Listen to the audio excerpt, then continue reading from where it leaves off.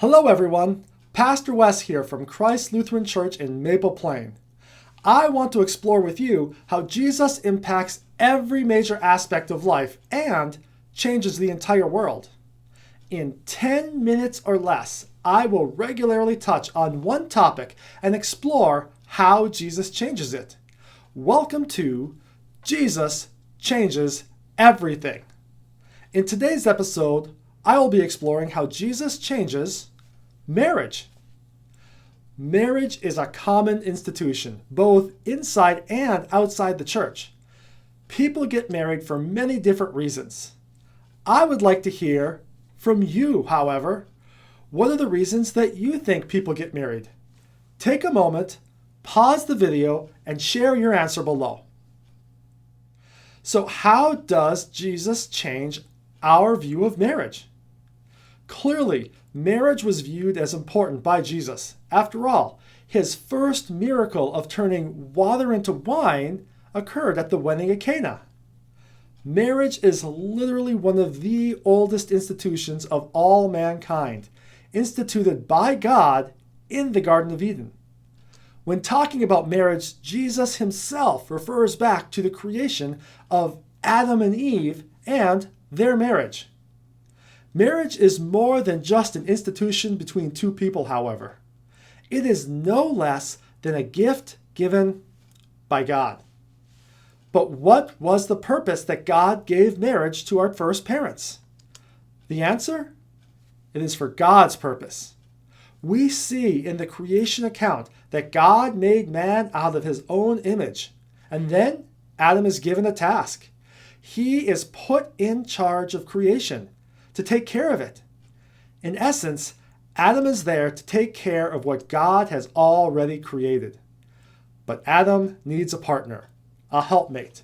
God knows this, but he allows Adam to name all the animals so that he can come to the realization as well that he needs a partner. And so, once it is found that it is not good for Adam to be alone, God creates Eve, the perfect partner to join with Adam. The two of them, married by God, are entrusted to take care of God's creation. This creation account points to a husband and wife helping each other fulfill God's purpose in their life. There can be no higher calling for a husband and a wife than to help each other live for Christ. That means the point of marriage isn't about the husband or the wife, but it's about God. This runs counter to the notion that in a relationship, each partner needs to give 50% or it will never work.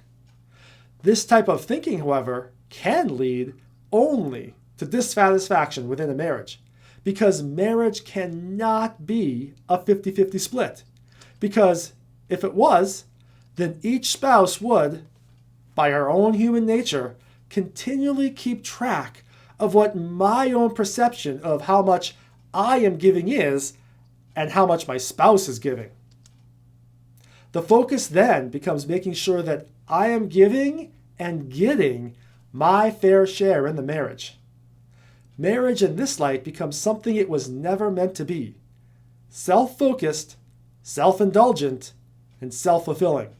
In other words, in this scenario, I become a very selfish marriage partner.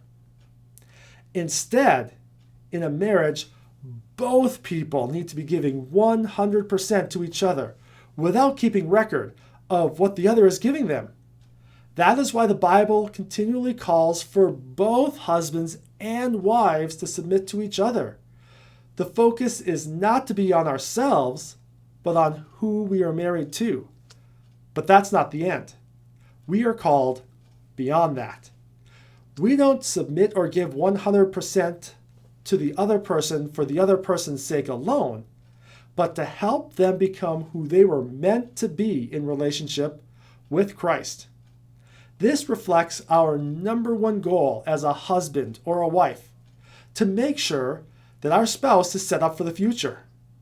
When most people think about getting set for the future, they are talking about getting ready for retirement. However, one of my favorite authors, Francis Chan has a different take.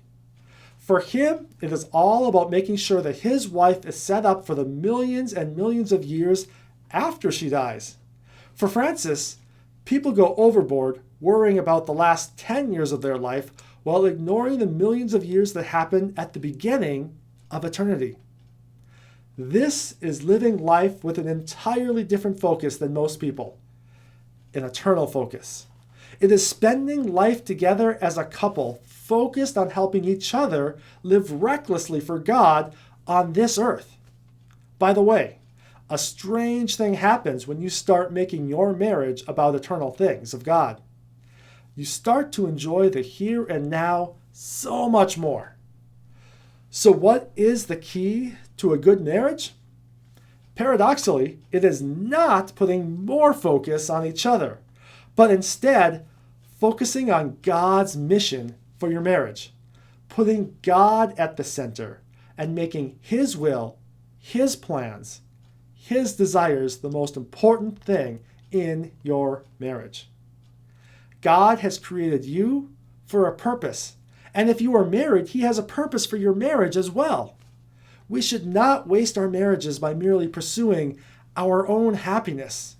To live for our own happiness or for only what we think will make the two of us happy in marriage is to miss out on God's blessing, His intent, and His purpose for marriage. The truth is that godly marriage magnifies the incredibleness of God's creation and reflects His glory. This doesn't happen when we live self-focused lives or even spouse-focused lives, but exclude Christ in that focus. Instead, we need to strive for Christ-centered marriages and eternity-minded marriages. This is not the same thing as a fun marriage. There will be painful decisions that get made. Yet if they are Christ-centered, they will be the right ones. God's promise of an abundant life is not always synonymous with fun, but it will always be a life that will make you stronger, holier, and more in love with God and each other. Do not exchange momentary happiness for ultimate joy in your marriage. Instead, make God's glory and His mission the primary goal of not just your life, but your marriage as well. Become joined in your goal of furthering Christ's mission on this earth, being eternally focused. And then, take action. Our God is a God of action. He created man and woman, brought them together, and then told them to take action. If you are married, don't just think about what it would be like to become eternally focused with your spouse. Do it. Don't know how? Check out the book, You and Me Forever, Marriage in the Light of Eternity by Francis and Lisa Chan.